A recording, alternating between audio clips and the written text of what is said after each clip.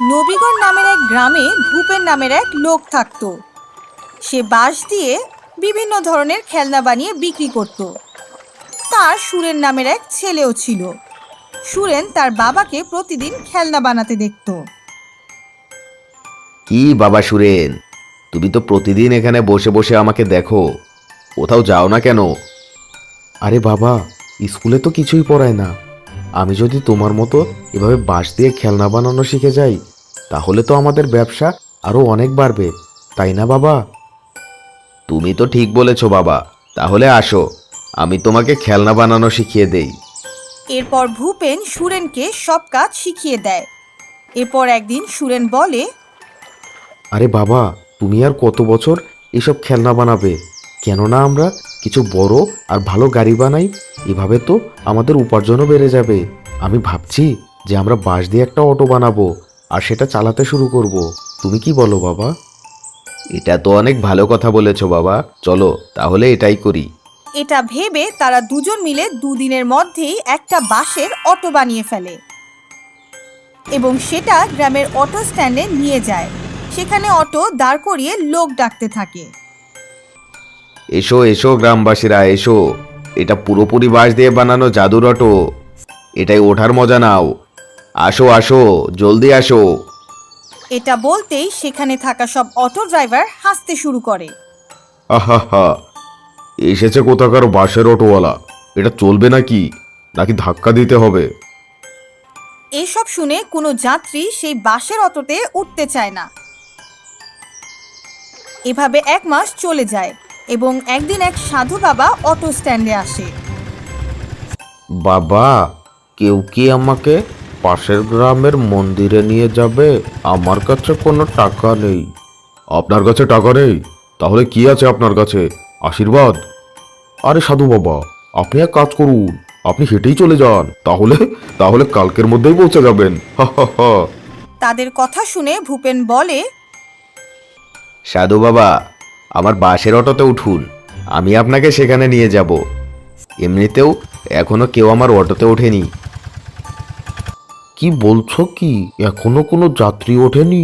তুমি ভয় পেও না বাবা, খুব তাড়াতাড়ি তোমার অটো সারা গ্রামে বিখ্যাত হয়ে যাবে। যখন ভূপেন সাধু বাবাকে নিয়ে যায় তখন সাধু বাবা তাকে আশীর্বাদ দিয়ে চলে যায়। কিন্তু কিছুদিনের মধ্যেই অনেক ঝড় আর বৃষ্টি হয় এবং এর কারণে পুরো গ্রাম ডুবে যায়। সবাই ঘরের উপর উঠে সাহায্যের জন্য ডাকতে থাকে, কিন্তু ভূপেনের অটো বাঁশের তৈরি হওয়ার কারণে সেটা ডুবে না। তখনই ভূপেন ও সুরেন অটো নিয়ে গিয়ে সবাইকে এক এক করে সুরক্ষিত স্থানে নিয়ে যায়। এভাবে বাচ্চাদের ও বয়স্কদের বাঁচিয়ে নেয়। তাদের সাহায্য করার জন্য সবাইকে তারা ধন্যবাদ দেয়। তারপর তার বাঁশের অটো অনেক বিখ্যাত হয়ে যায় এবং সবাই সেটাতেই উঠতে শুরু করে। এটা কিছু বছর আগের কথা। কৃষ্ণপুর নামের এক গ্রাম ছিল। সেই গ্রামে তোকারাম নামের এক লোক থাকতো। তার একটা মুরগির ফার্ম ছিল। তার প্রণয় নামের এক ছেলে ছিল। সে অনেক বুদ্ধিমান ছেলে ছিল, কিন্তু তার একটা খারাপ অভ্যাস ছিল যে সে অনেক অলস ছিল। একদিন টোকারাম এসে তাকে বলে, আরে অকর্মা, তুই পড়াশোনা শেষ করলে 1 বছর হয়ে গেছে, কোনো কাজকর্ম কেন করিস না, শুধু বসে বসে খাস? আরে বাবা, কেন এত বিরক্ত করছো? আজ কি রান্না করেছো সেটা বলো। আমার তো পোলাও আর মাংস লাগবে, যাও গিয়ে এসব রান্না করতে বলো, খুব খিদে পেয়েছে। প্রণয়ের কথা শুনে তোকারামের রাগ হয় এবং পরের দিন প্রণয়কে তার সাথে তার মুরগির ফার্মে নিয়ে যায়। সেখানে আগে থেকেই সেলিম নামের এক লোক কাজ করত। সেলিম অনেক বুদ্ধিমান ছিল। তোকারাম প্রণয়কে সেলিমের কাছে নিয়ে যায় এবং বলে, আরে ও সেলিম, আজ থেকে তুই আমার ছেলেকেও কাজ শেখাবি, সব কাজ শিখিয়ে দিবি। আমি কিছুদিনের জন্য শহরে যাচ্ছি, ফিরে আসার আগেই প্রণয়কে সব কাজ শিখিয়ে দিবি, ও যেন সব কিছু একাই করতে পারে। আচ্ছা স্যার, আমি সব কিছু সামলে নেব, আপনি কোনো চিন্তা করবেন না। এরপর সেলিম মনে মনে ভাবতে থাকে, আরে একে তো এখানে এনে ছেড়ে দিল, যদি ও এখানে থাকে তাহলে আমি টাকা উপার্জন করব কিভাবে? আর আর আমার চাকরিটাও চলে যেতে পারে। কিছু না কিছু করে একে এখান থেকে তাড়াতেই হবে। এটা ভেবে সে কাজের কথা বলতে থাকে। প্রণয়, তুমি বস্তা থেকে খাবার এনে দাও, প্রণয়, প্রথমে তুমি বস্তা থেকে খাবার এনে এখানে দাও, যাতে সব মুরগি সেগুলো খায়। আর এরপর 10টি প্যাকেটে পানি ভরে রাখবে। শুধু এটাই না, তোমাকে একদিনে 4বার এই মুরগিদের ময়লা পরিষ্কার করতে হবে। আমি এখনই বাড়ি থেকে আসছি। যাও যাও, কাজ শুরু করো। আরে আরে, এই বস্তা তো অনেক ভারী, আর এত সব ময়লা। সব মুরগি তো মাটিতেই খাবার খাচ্ছে আর এখানেই পায়খানা করছে। এভাবে তো পুরো খামারকেই নষ্ট করে দিচ্ছে। এর ব্যাপারে তো কিছু একটা করতেই হবে। এভাবে তো চলতে দেওয়া যায় না। পরদিনই প্রণয় কিছু প্লাস্টিকের জিনিস এনে সেটা এমনভাবে রাখে যাতে সব মুরগি এক জায়গায় এসে খাবার খেতে পারে, এবং সেই বোতল দিয়ে পানি পান করার ব্যবস্থা করে, এবং কিছু পুরানো টায়ার এনে ঝুলিয়ে দেয় যাতে মুরগি খাবার খাওয়ার পর সেখানে গিয়ে পায়খানা করে। এভাবে পুরো ফার্ম পরিষ্কার হয়ে যায়। এর মাঝেই সেলিম এবং তোকারাম সেখানে আসে। আরে বাহ প্রণয়, তুই তো অনেক ভালো কাজ করেছিস। দেখেছিস সেলিম, আমার ছেলে ইচ্ছা করলে যে কোনো কিছু করতে পারে। হ্যাঁ স্যার, আপনার ছেলে তো এমন ভালো কাজ করে আমাকে ডুবিয়ে দিল, আমার তো কাজই চলে গেল। একটি নদীর পাশে মহাপুর নামের একটা ছোট্ট গ্রাম ছিল। সেখানে শামু নামের এক ছেলে থাকতো। সে অনেক বুদ্ধিমান ছিল। স্কুল থেকে পড়াশোনা শেষ করার পর সে কাজ করতে শহরে চলে যায়। সে খনিজ উপাদান বের করার একটা কোম্পানিতে চাকরি পায়। সে বিভিন্ন স্থানে যেত এবং মাটির নিচে লুকিয়ে থাকা খনিজ সম্পদ খুঁজে বের করত। তার পরিশ্রম এবং সততার কারণে সে তার কাজে অনেক অভিজ্ঞ হয়ে যায়। তার বুদ্ধিমত্তার মাধ্যমে সে মাটির নিচে থাকা খনিজ সম্পদ খুব সহজেই খুঁজে পেত, হোক সেটা সোনা, হিরে বা অন্য কিছু। অনেক বছর শহরে কাজ করার পর একদিন সে তার গ্রামে ফিরে আসে এবং গ্রামের অবস্থা দেখে সে তো অবাক হয়ে যায়। আরে এ কি, শহর এত উন্নত হয়ে গেছে আর আমাদের গ্রামে এখনো এত পিছিয়ে আছে। এখন তো আমার গ্রামে থাকা উচিত। আমাদের গ্রামের উন্নতির জন্য কিছু একটা করতেই হবে। এভাবে তো থাকতে দেওয়া যাবে না। সে এখন গ্রামে থাকার সিদ্ধান্ত নেয় এবং সে সারাদিন গ্রামে ঘুরে বেড়ায় এবং কিভাবে গ্রামের উন্নতি হবে সেই ব্যাপারেই ভাবতে থাকে। হঠাৎ একদিন সে খুঁজতে খুঁজতে গ্রামের নদীর পাশের মাটির নিচে কিছু থাকার সিগন্যাল পায়।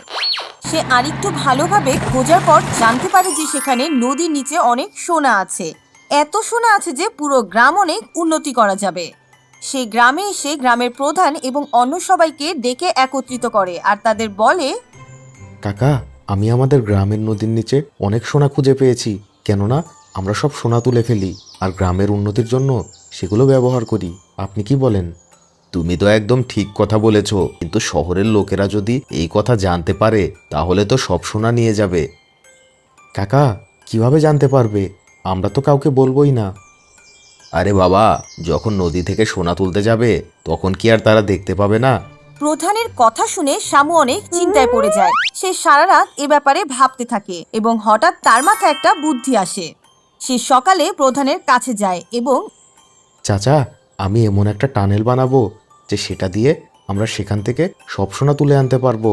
আর অন্য কেউ তো বুঝতেই পারবে না যে আমরা সেখানে কি করছি। সেই সোনা দিয়ে আমরা গ্রামবাসীদের সাহায্য করব। গ্রামের সবাই তার কথা মেনে নেয়। শামু একটা টানেল বানিয়ে ফেলে। সেটা দেখে মনে হয় জমিতে পানি দেওয়ার জন্য বানানো হয়েছে, কিন্তু সেই টানেলের মাধ্যমে লোকেরা নদী থেকে সোনা তুলে আনে এবং সেই সব সোনা গ্রামের উন্নতির কাজে ব্যবহার করা হয়। সেই সোনা বিক্রি করে গ্রামের পাকা রাস্তা, হাসপাতাল, স্কুল আরো অনেক কিছু বানানো হয়। গ্রামের সবাই অনেক খুশি হয়ে যায় যে টানেলের মাধ্যমে তুলে আনা সোনার মাধ্যমে তাদের গ্রামের অনেক উন্নতি হচ্ছে। শামু বাবা, শুধু তোমার জন্যই আমাদের গ্রামের এত উন্নয়ন হলো। সবই আপনাদের দোয়া চাচা। আমি তো শুধু আমার গ্রামের প্রতি আর আমার মাটির প্রতি আমার কর্তব্য পালন করেছি। এই গল্পটি এক চালাক মুরগি বিক্রেতার। সোলাপুর নামে গ্রামে শান্ত নামের এক শেঠ ছিল। তার বিশাল এক মুরগির খামার ছিল। আশেপাশের গ্রাম ও শহরে সে তার মুরগির সরবরাহ করত। তার কাছে সুরজ নামের এক লোক কাজ করত, যে সবকিছু দেখাশোনা করত। একদিন সুরজ শান্তর কাছে এসে বলে, শেঠজি, একটা সুসংবাদ আছে। আমার বিয়ে ঠিক হয়েছে। আমার 10 দিনের জন্য ছুটি চাই। আপনার কাছে আমার জমানো যে 5 লাখ টাকা আছে ওগুলোও লাগবে। কি বলছিস এসব? বিয়ের জন্য 10 দিনের ছুটি চাই? পাগল হসনি তো? বিয়ের জন্য আবার কিসের 10 দিনের ছুটি? একদিনের ছুটি নে, ব্যাস বিয়ে শেষ করেই চলে আসিস। আর আর তোরা বা কিসের 5 লাখ? মাথা ঠিক আছে তো? এমনটা বলবেন না শেঠজি, ওগুলো আমার উপার্জন করা টাকা। তুই কোনো ছুটি আর টাকা পাবি না। বিয়ে করলে তোর জীবন শেষ হয়ে যাবে। চুপচাপ এখানে কাজ কর, না হলে বেতনও পাবি না। আর শোন, কাল আমার বড় এক কাস্টমার আসবে, 10,000 মুরগি কিনবে সে। দেখে শুনে মুরগি দিয়ে দিস। চুপচাপ এখানে কাজ কর। শেঠ এমনটা বলে সেখান থেকে চলে যায়। সুরজ মন খারাপ করে তার বন্ধুর সাথে আড্ডা দিতে চলে যায়। সুরজ শেঠজির সব কথা তার বন্ধুকে বলে। আরে সুরাজ, তুই জানিস না নাকি? আমি জানি তোর শেঠ কেন এমন করছে। সে বিয়ে একদম পছন্দ করে না, কারণ শেঠের বউ তো শেঠকে প্রতিদিন ভীষণ মারধর করে। শেঠ তো 1 নম্বর অকর্মা লোক, তুই জানিস না নাকি? তাই নাকি? তাহলে তো শেঠের এমন কাজের জন্য তাকে একটা উচিত শিক্ষা দিতেই হবে। তাহলে এক কাজ করি, শেঠ বলেছিল কালকে কেউ একজন 10,000 মুরগি কেনার জন্য আসছে। এটাই উপযুক্ত সুযোগ। আমি সব মুরগিগুলো রং করে কোথাও লুকিয়ে রাখবো, তখন মজা হবে। সেই মতো সুরজ সব মুরগিগুলো রং করে পাশের ঝুড়ির নিচে লুকিয়ে রাখে। কিছুক্ষণ পর শেঠ ওই মুরগি কিনতে আসার লোকের সাথে আসে। শেঠ তো একদম চমকে যায়, কারণ তার ফার্মে কোনো মুরগি ছিল না। আরে এ কি সুরাজ, আমার সব মুরগি কোথায় গেল? কাস্টমার তো মুরগি কিনতে এসে গেছে, আর তার কাছ থেকে আমি আবার অ্যাডভান্সও নিয়ে রেখেছি। আমি তো জানি না শেঠজি, মনে হচ্ছে সব মুরগি উড়ে গেছে। চলুন আমরা খুঁজে দেখি। এ কথা শুনে শহর থেকে আসা লোক শেঠকে ভীষণ মারধর করে পুরো টাকা ফেরত দিতে বলে, আর সেখান থেকে চলে যায়। কি শেঠজি, এবার তো শিক্ষা হয়েছে। ওখানে দেখুন, আপনার সব মুরগি এখন রং বেরঙের মুরগি হয়ে গেছে। আমি ওদের লুকিয়েছিলাম, এখন তো আমার টাকা ফিরিয়ে দিন। আরে সুরাজ, আমার শিক্ষা হয়ে গেছে ভাই। এই নাও তোমার টাকা। আর হ্যাঁ, বিয়ে করে তাড়াতাড়ি এসো, আমি আর কখনো এমনটা করবো না।